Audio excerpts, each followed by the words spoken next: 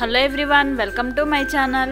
ఈరోజు రెసిపీ వచ్చేసి ఈ సమ్మర్లో కూల్గా ఉండే ఫ్రూట్ కస్టర్డ్ ఎలా ప్రిపేర్ చేసుకోవాలో చేసి చూపిస్తానండి. చాలా ఈజీగా ఉంటుంది, అలాగే చాలా టేస్టీగా ఉంటుంది. దీనికి కావాల్సిన ఇంగ్రీడియంట్ చూద్దాం. పాలు 1 కప్పు తీసుకున్నాను, అలాగే షుగరు 2 టేబుల్ స్పూన్స్, స్వీట్కి సరిపడినంత తీసుకోవచ్చు. కస్టర్డ్ పౌడర్ అండి, ఇది కూడా 2 టేబుల్ స్పూన్ అయితే సరిపోతుంది. ఇది మనకి మార్కెట్లో దొరుకుతుంది. చూడండి, కస్టర్డ్ పౌడర్ ఇది వెనిలా ఫ్లేవర్, రకరకాల ఫ్లేవర్స్తో ఉంటాయి. మీకు ఇష్టమైన ఫ్లేవర్ కస్టర్డ్ పౌడర్ తెచ్చుకోవచ్చు.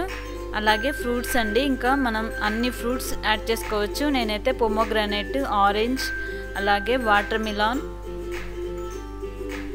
కర్బూజా, గ్రేప్స్ ఇంతవరకే తీసుకున్నాను. Black grapes, apple, banana, pineapple ఇవి కూడా చిన్న చిన్న ముక్కలుగా కట్ చేసుకొని తీసుకోవచ్చు. ఇలాగా మనం ప్రిపేర్ చేసుకునే క్వాంటిటీని బట్టి ఈ ఫ్రూట్స్ అనేవి యాడ్ చేసుకోవాలి. చూడండి, ఇప్పుడు నెక్స్ట్ ప్రాసెస్ చేద్దాం. ఒక ప్యాన్ పెట్టుకొని హీట్ చేసుకొని దీనిలో పాలు యాడ్ చేసుకోవాలి. పాలు కాగబెట్టుకోవాలండి. ఒక పొంగు వచ్చేంత వరకు పాలను మరిగించుకోవాలి. చూడండి, పాలు కాగాయి కదా, మరుగుతున్నాయి, అర్థమవుతుంది. ఇప్పుడు దీనిలో షుగర్ యాడ్ చేసుకోవాలి. నేను తీసుకున్న పాలు క్వాంటిటీకి 2 టేబుల్ స్పూన్ షుగర్ అయితే సరిపోతుంది. మనం పాలు క్వాంటిటీ ఎక్కువ తీసుకున్నాం అనుకోండి, షుగర్ ఎక్కువ తీసుకోండి. ఇది 1 కప్పు అంటే పావు లీటర్కి కొంచెం తక్కువగా ఉంటాయండి, కాబట్టి 2 టేబుల్ స్పూన్ కస్టర్డ్ పౌడర్ అయితే సరిపోతుంది. ఇప్పుడు సిమ్లో పెట్టుకొని పాలు కరుగుతుంటాయి కదా, ఈ కస్టర్డ్ పౌడర్లో పచ్చిగా ఉన్న పాలు కొన్ని యాడ్ చేసుకొని చక్కగా డైల్యూట్ చేసుకోండి. ఉండలేమీ లేకుండా నీట్గా కలిసిపోయేటట్లుగా, లిక్విడ్ లాగా వచ్చేటట్లుగా ఇలా మిక్స్ చేసుకోవాలి. చూడండి, పచ్చిపాలు మాత్రమే యాడ్ చేసుకొని కలుపుకోండి. వేడి పాలు అయితే ఉండలు కట్టేస్తుంది. పంచదార కూడా చక్కగా కరిగిపోయింది. ఇప్పుడు చూడండి, ఇలాగా లో ఫ్లేమ్ పెట్టుకొని మాత్రమే ఈ కస్టర్డ్ పౌడర్ వాటర్ని యాడ్ చేసుకోవాలి. వీటిని ఒకేసారి యాడ్ చేయకుండా ఇలా కొన్ని యాడ్ చేసుకుంటే ఇలా మిక్స్ చేసుకున్నట్లయితే చక్కగా బాగా మిక్స్ అయిపోతుంది. చూడండి, కస్టర్డ్ పౌడర్ వాటర్ యాడ్ చేయగానే థిక్గా ఫామ్ అయిపోయింది కదా.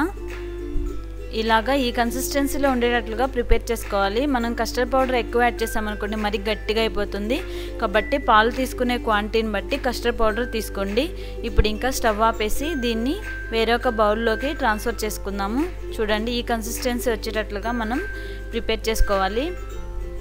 ఇలా ప్రిపేర్ చేసుకుంటే మనకి సలాడ్స్కి చాలా బాగుంటుందండి. మరీ థిక్గా అయిపోయింది అనుకోండి అంత బాగుండదు కదా, మరీ లూజ్గా ఉన్నా బాగుండదు. కాబట్టి ఈ కన్సిస్టెన్సీ వచ్చేటట్లుగా ప్రిపేర్ చేసుకొని ఇలా ఒక గిన్నెలోకి ట్రాన్స్ఫర్ చేసుకొని దీన్ని రూమ్ టెంపరేచర్కి వచ్చేంత వరకు చల్లారనివ్వాలి.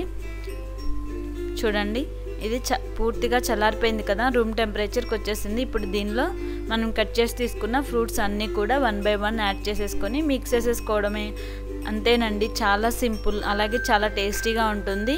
ఇలాగా కొంచెం గోరువెచ్చగా ఉండి ఇలా కూడా సర్వ్ చేసుకోవచ్చు. లేదంటే 2 అవర్స్ దీన్ని ఫ్రిడ్జ్లో పెట్టుకొని సర్వ్ చేసుకున్నట్లయితే చాలా చాలా టేస్టీగా ఉంటుంది. మనం ఇలా ప్రిపేర్ చేసుకొని ఫ్రిడ్జ్లో పెట్టేసుకొని బయటకు వెళ్ళేసి వచ్చేసామనుకోండి, ఈ మండుటెండలకి బాగా వేడిగా బాగా టైర్డ్ అయిపోయినట్లుగా అనిపిస్తుంది కదా. అలాంటప్పుడు ఇంటికి రాగానే ఇలాగా ఈ సలాడ్ని కొంచెం తీసుకొని సర్వ్ చేసుకొని తింటే ఎంత రిఫ్రెషింగ్గా, ఎంత రిలాక్స్గా, ఎంత బాగుంటుందో కదా. చూడండి, చాలా చాలా టేస్టీగా ఉంటుంది. చూసారు కదా, చాలా సింపుల్గా మనం ఈ కస్టర్డ్ ఫ్రూట్ సలాడ్ని ప్రిపేర్ చేసుకోవచ్చు. మీరు ట్రై చేయండి, మీకైతే బాగా నచ్చుతుంది అనుకుంటున్నాను. మీరు ప్రిపేర్ చేసుకున్న తర్వాత ఎలా వచ్చిందో తప్పకుండా కామెంట్ చేయండి. అలాగే ఈ వీడియోని మీ సోషల్ మీడియాలో షేర్ చేస్తూ నాకు సపోర్ట్ చేస్తారనుకుంటున్నానండి. మరిన్ని వెరైటీ రెసిపీస్ కోసం మా ఛానల్ని సబ్స్క్రైబ్ చేయండి. Thank you for watching. Thank you.